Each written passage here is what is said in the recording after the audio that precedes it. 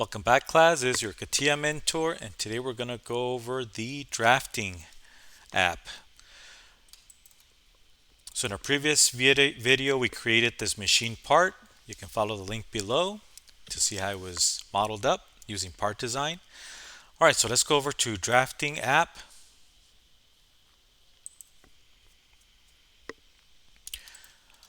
All right, so if you want to see the Catia tree, just like we see here in the part design app, you can always hit F3 to hide or show your Catia tree. Okay, so F3. If I go back to drawing, hit F3, and you can see your sheet, and then eventually you'll see the views that we create.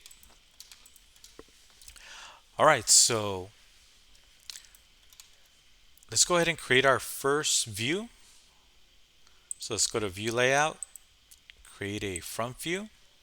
Let's go back to the part, and as long as you select a flat surface or a plane, it'll allow you to generate the view. Here we can rotate, flip, and that's not what I wanted, right? So let me recreate it. I'm going to go ahead and delete this. I misclicked. Let's do it over again. Front view, click on a flat surface or plane, and I'm going to use this perspective for my first view. All right, so let's go ahead and create a section view of this first view. Notice how the frame is red. I'll come back to this. All right, so let's go ahead and create a offset section view. And I'm going to track the center point and click. And click. Then I'm going to cut through the center of the counterboard hole and click. Cut through the elongated hole. Click, and I can go through this one or this one. And once you're done, double click to generate the section view. Okay, I want you to notice that this is in first angle projection. Okay, so I'm going to recreate this in a few minutes. So let's go ahead and go over to F3 to show the Catia tree. I'm going to right click on sheet 1, properties, and I'm going to go from first angle to third angle projection. I'm going to create my drawing in inches, and notice it's following the ISO standards. So those are the international French standards. So I'm going to go over to ANSI or ASME, American standards. So let me go to preferences.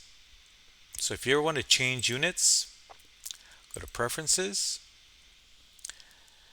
And if I go to common preferences, go to parameters and measure units. So if you want to go from millimeters to inches or inches to millimeters, first go to length, and default is millimeters. But look at all these options you have. You can go with feet, yards, meters, etc. And I'm going to pick inches and apply. All right, so when I'm modeling, it's going to use inches. Okay, now let me go over to drafting options. So I'm going to go over to the app preference, and you're going to go over to 3D modeling, go to mechanical systems, and go to drafting. Once you're in drafting, all these will be collapsed. Open it and say, hey, I want ANSI standards. So we have ANSI or ASME, American National Standards Institute or American Society of Mechanical Engineers, American Standards, ISO, International Standards Organization out of France, and we also have the Japanese standards. Okay, so let me pick ANSI and ASME. So that way my sheet sizes, I can pick them using the American standards.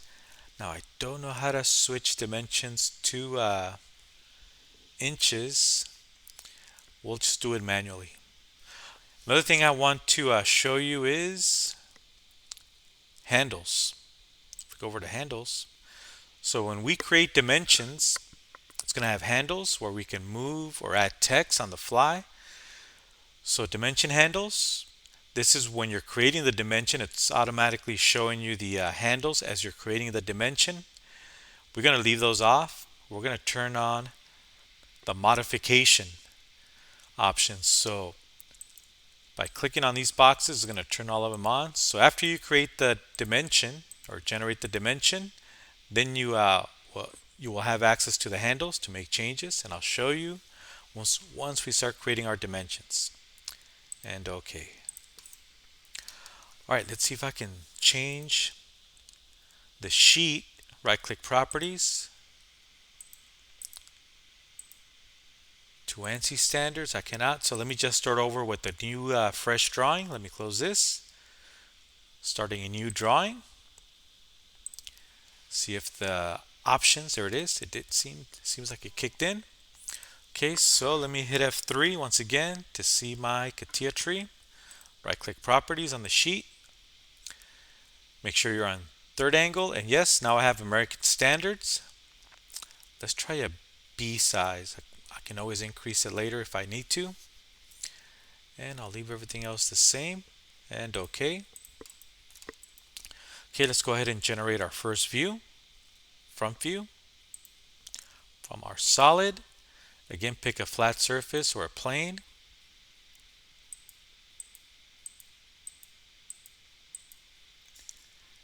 And okay. Click in space.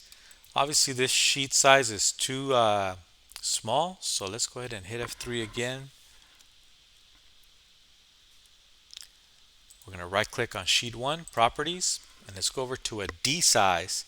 So typically we don't use A nor C size. You can use them if you like. Typically the ones that are most common are B, D, E, and F. Sometimes J size for large objects, or maybe if you're doing electrical drawings. Okay, so let's go to D and okay. There we have it. Okay, so let's go ahead and create a section view once again, and we are in third angle projection. So let's go ahead and create our offset section. So I want to make sure we're going right down the middle. Click. We'll go through the first hole, the 1.5 inch diameter hole. Click. We'll go through the counterbore hole. Click. Then we'll go through the slot. Click. Then we'll go through this counterbore hole and double click. And now we are in first angle projection. Okay, so notice this frame is red. I'm going to activate this one. Double click on the frame. You can double click here or double click on the tree. It'll turn it red, and now when I project, it will give me a new orthographic projection, in this case the right side view. I'm going to go ahead and hide the title. You can always double click and override the title. We want to keep this one, section AA. Alright, let's throw in some dimensions on our right side view. First I'm going to remove the fillets. So here's a fillet, there's a fillet, there's another one. I can tell by the thin lines, these are fillets. I'm going to right click properties on the frame. And I'm going to go over to Generation tab and remove fillets. Apply, and you'll see them go away, and they're gone. Let's turn on hidden lines. Apply. Let's throw in center lines. Apply. Okay, and there we have them. And I think we can leave the others off. We can turn on axes. Apply. Okay, so it gives us the axes of the counterbore holes. I'll show you how to do it manually in one of the other views. And okay. Okay, so let's throw in some dimensions in our first view. Go to annotate, or I should say the right side view. Throw in a dimension. we'll go with radius. And it's actually giving it to us in feet. Anytime you see a dash, that tells us it's feet. Double dash is inches. Even though it's following an American standard, it gave it to us in feet. Okay, so first let's change this to a radius. So I'm going to right click properties or right click dimension, swap over to radius. There we have a radius. And here are the handles that we were talking about earlier. The handles, so when we change our preferences, we can use these handles to move our text, or we can also use these red arrows to add text before or add text after. Okay, another thing I'm going to show you is how to change or how to open the properties window or widget. So let's go to display, object properties. Okay, there it is, object properties. Okay, so if you want to make changes to your dimension or group of dimensions, you can always right click properties and go the long way. Some of the options you see in this widget here, you'll see it here. Maybe you want to change colors, you want to change the value. Maybe instead of 2 decimal places, you want 3 decimal places. Instead of feet, we want inches. So the first one is decimal millimeters, comma millimeters, and numerical value of dimension is in inches. Third one is inches. Apply. You can see it now. Change over to inches. You can also add tolerances from here. Okay, if you want to add limits or plus or minus tolerance, you can do it from here. Dimension line. You can also add extensions. So we're going to add an extension to our dimension. Don't blink. Apply. There it is, our extension. You can add arrow. You can remove multiple arrows. So sometimes on a diameter, for example, when you add a diameter to a circular hole, it'll give you 2 arrows. Here you can turn off one of them if you only want 1 arrow.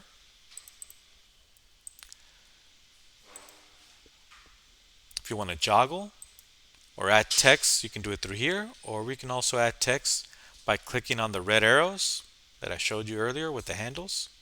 You can also change the symbol from radius to another symbol or add symbols. Font size, we'll just leave it at the default. And text, we can add frames around text, like for example GD&T, basic dimensions. You can add a rectangle here. And I'll show that in a separate video, how to apply GD&T to a drawing. And okay, so we can either go through there or we can use some of the most common properties here. All right, so let's go ahead and add a diameter to the hole.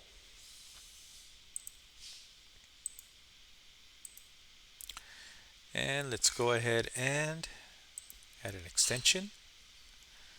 And let's change it to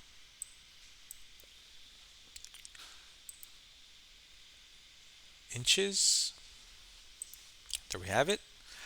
Okay, so let's say we wanted to add a tolerance. We can do it from here without having to go to properties. If you want to add a tolerance, let's say you wanted to give it a limit. So here's limit. And let's say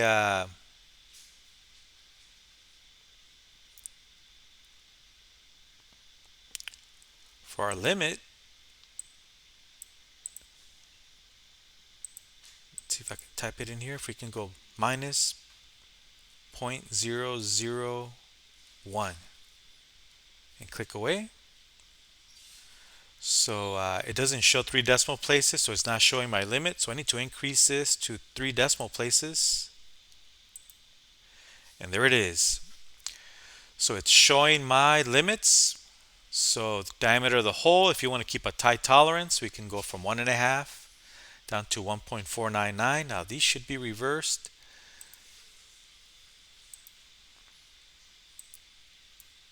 So let me switch the first number, the upper value, to 0. And then move over to the right and change this to a minus 0.001. And click away. And there it is. So we added a 0 tolerance to the upper limit and a minus 0.001 to the lower limit. Okay, so there's our tolerance for the hole. Okay, so let's add a dimension from the base to the center of the hole.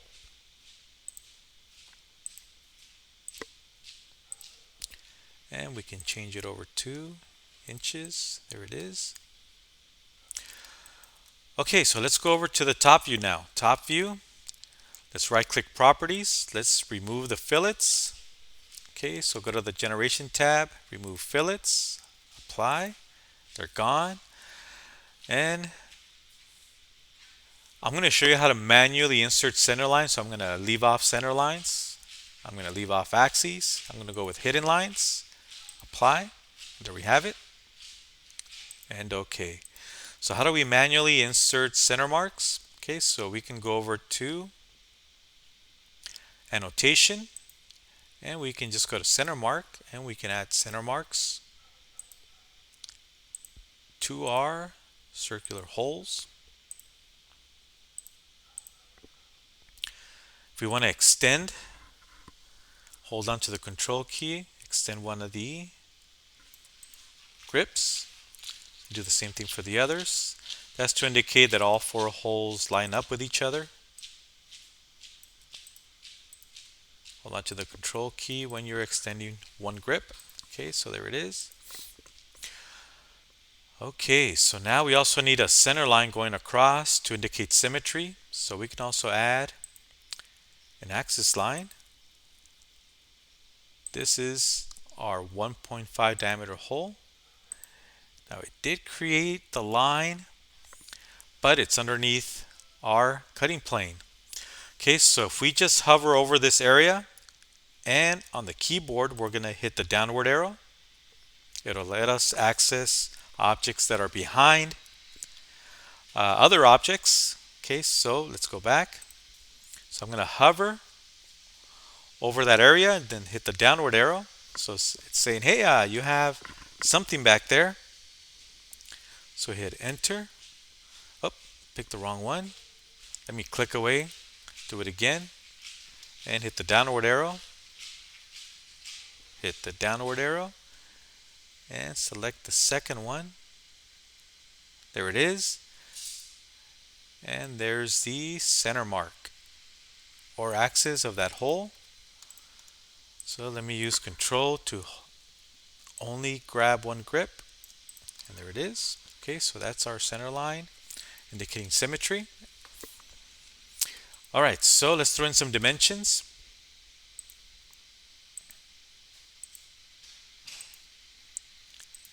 Make it inches. And since we're double dimensioning, the radius, if you double it, will give us 4. So we need to either type in reference behind the dimension. We can click, hit the arrow, and type in REF for reference. Or instead of typing in reference, we can use parentheses to indicate reference only. That'll tell the inspector when checking the part that this is a reference only dimension. Let's go to the dimension here and we can move the grips here to add a gap. There it is. Alright, let's add a dimension between the holes.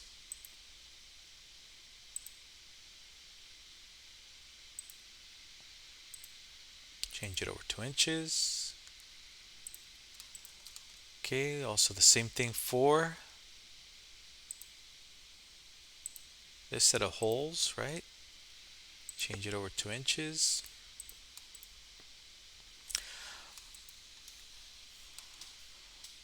Okay, and we also need a dimension for the slot. I don't have a center line, so let me first add center lines.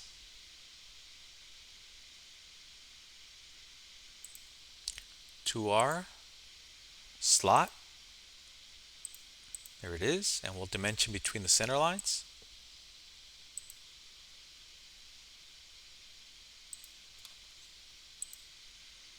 Change it over 2 inches.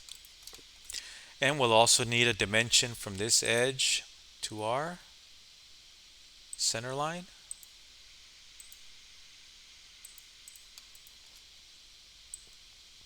and line them up. There we have it.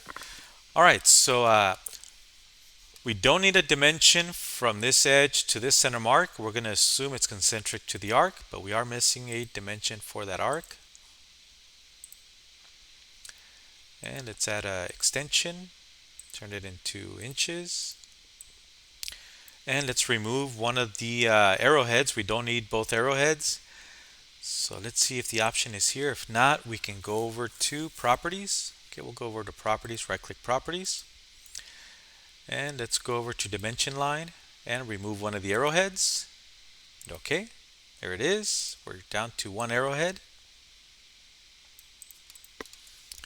And we have two of them, right? We have two fillets with the same radii or same radius. So let's add. So I select the dimension, click on the red triangle, and I can type in 2x, go with capital letters, and space, 2x with space, and OK. Then I can use the grip to move the text over. There it is. Okay, so now we need to add the dimension of the counterbore hole. So let's go ahead and add that dimension. First, let's dimension the small hole. Change it over to inches, add an extension. And there's 4 of them, so let's add a 4x. Click on the red arrow, type in 4x space, and OK. And we want only one arrowhead, so let's go to right click properties, remove one of the arrowheads. And you can always use the handles or grips to make adjustments. Alright, so let's throw in a dimension for the counterbore hole. Now typically you want to put these together as one note. Okay, so this is 0.88, and by the way, it has a depth of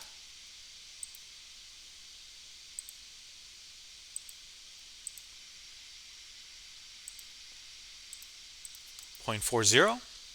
Okay, that's to cover the head of the socket head cap screw, half-13 thread. Okay, so the depth, we're going to place it in this node here. So we're going to place it all together as one node instead of having two diameters with their own leaders and arrowheads. We're going to add that node here. Okay, so we're going to add text. So we're actually faking it. So we're going to add text to this node. And inside here, we're going to add diameter 0.88. So let's add the diameter. And then type in 0.88. I should have placed a space. Let me put a space between the diameter and the decimal. Space, and then the depth symbol. Let's go to depth. Oh, I messed up. Let me backtrack. Space. Misclicked. Let's go with depth. Go back to our window here, hit space, and type in 0.40 is our depth. And OK. Okay, so now we can hide this dimension. Don't need it anymore. And we can hide this one because it's all covered in one. Notice how it all moves together. Now I'm going to just move this over slightly just so it looks better, looks cleaner.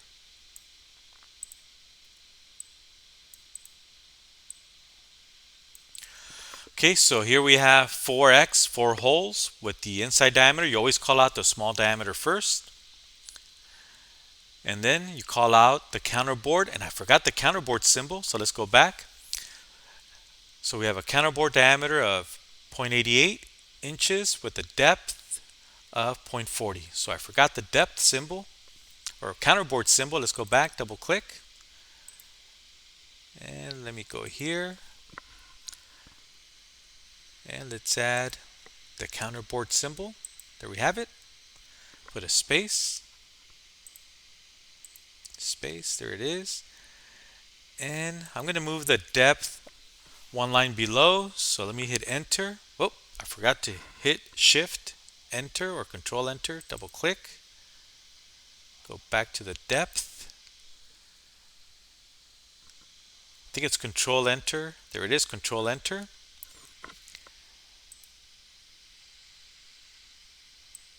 And let's see if I can move it all to the left so it's not centered.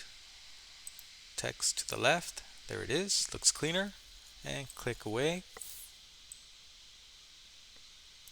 Much cleaner. Let's use the grips to align this. Okay, so there we go. We have 4 holes, diameter of 0.56. We can increase this to 3 decimal places if we want. It's not probably necessary, but there it is. I can always move the text over, but it's always locked to this dimension. Then we have a counterbore hole at a diameter of 0.88 with a depth of 0.40. Okay, so there's our counterbore hole. One thing I did forget was the radius for the slot. So let's go ahead and add that.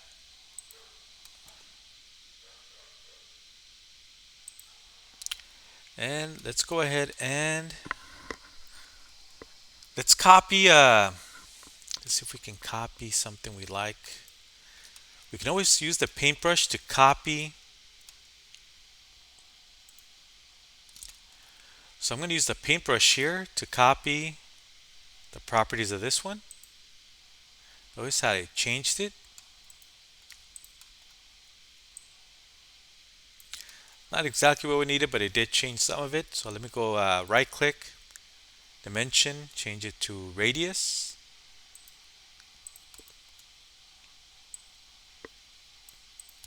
And we're going to add the 2x. So click on the dimension, click on the red arrow, type in 2x,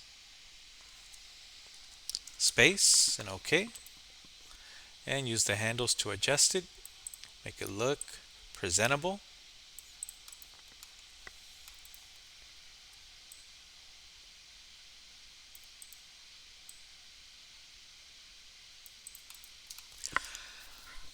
All right, another thing that we can add are interruptions. Let me first adjust this extension line. Okay, so we can add interruptions, and let me turn off the grid. All right, so I'm going to right click on this extension line and go to interruptions, and I can add an interruption just to make it look cleaner. If you ever want to remove the interruption, you can always right click and remove interruptions. Remove interruptions and then click in the area to remove it. All right, so let's continue on. Let's go to this view, right click properties. Let's remove fillets, apply. And I'm going to insert everything else manually. No hidden lines allowed in a section view or section cut. No hidden lines because they get lost with the hatching lines. Alright, so by the way, these lines you see here, these are the offset lines from the section plane. So every time we made a turn like we did here, and here, and here, it shows up as, I guess you can call them folding lines. I can always hide these, don't need them. You can always hide them.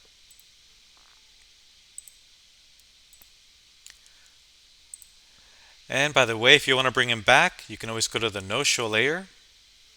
And they're actually back here. I know they're hard to see, but there they are. You can come back to the show layer.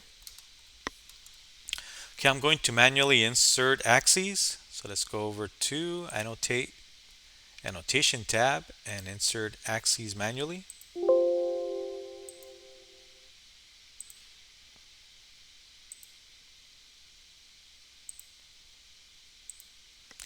Oh, looks like I misclicked. Let me hit undo, Control Z. There it is. And let's do one for this one also. Okay, so there we have our axes. We can always extend them. Hold on to the Control key to extend one at a time.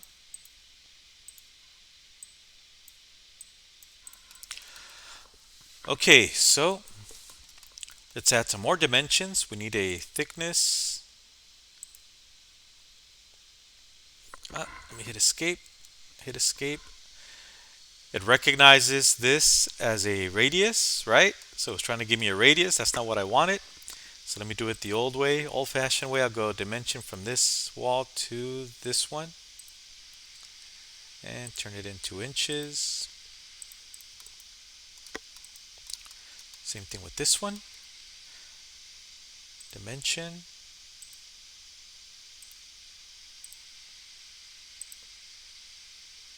And inches. All right, so let's add an overall length.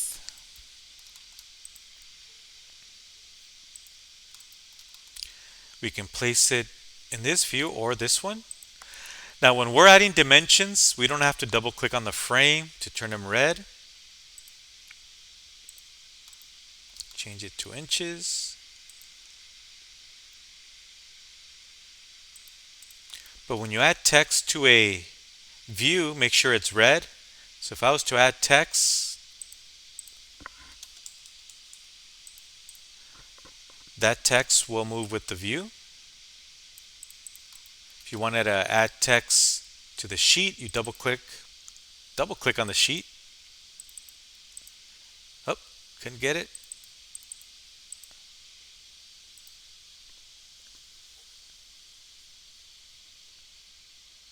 Oh, gonna have to look that one up.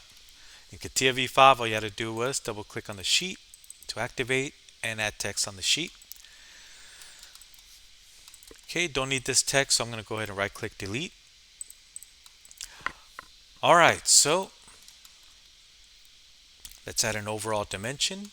Oh, we already have that one. Let's add a height.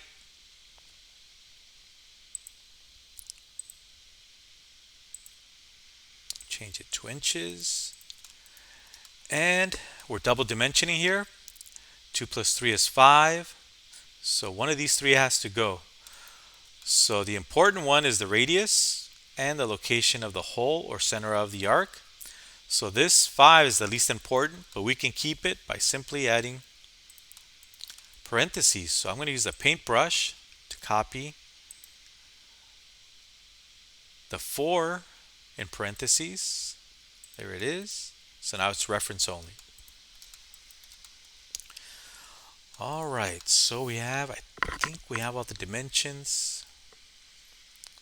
Don't think we missed any. We got the hole locations. We have diameters. Oh, missing one fillet. We're missing this little fillet here. Right click property, right click dimension. Turn it into a radius. Inches. Add an extension.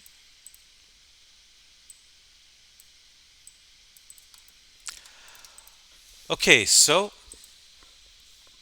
last thing we need to add is a title block and border. Okay, so to create a title block and border, similar to AutoCAD, you need to go to the Layout tab. You need to go from Model Space to Layout tab. So for Catia V5 or Catia 3D Experience, you have to go to the background. So let's see, right click on Sheet 1, go to Edit Background, and it'll turn gray. So this is where we can create a title block and border. Click on it, and let's see what options we have. We have sample 1, sample 2, dress up. Let's go to sample 1, go to create, and apply, and it generates a title block and border. As you can see.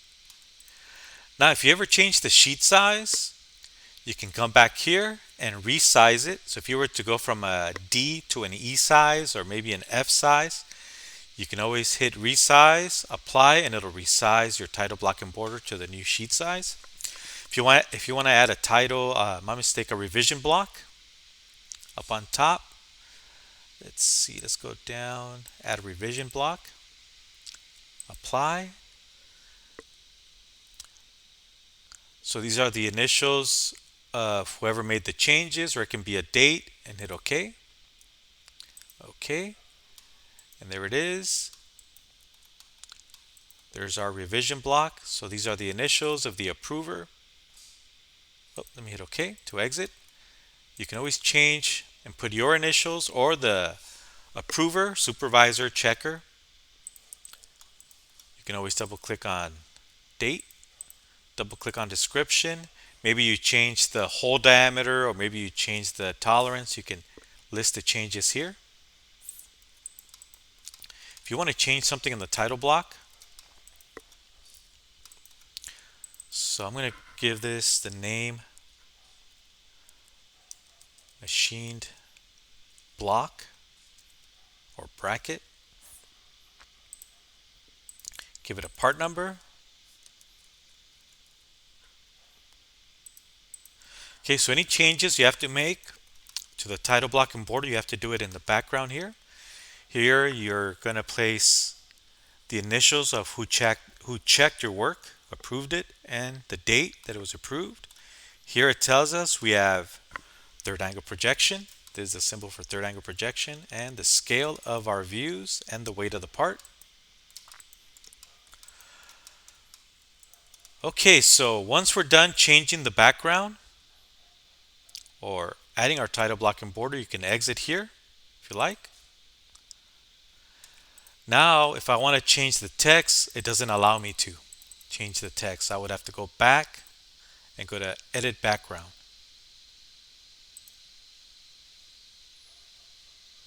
Okay, let's go ahead and exit. All right, let's see. I want to see if we have edit background here in one of the options.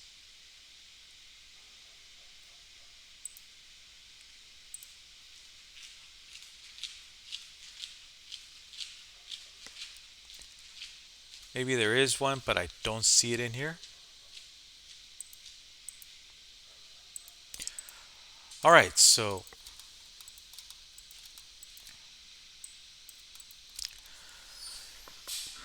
I will create a video later on for an assembly, so we can add sheets. We can add more sheets, and we can also do exploded views and parts lists.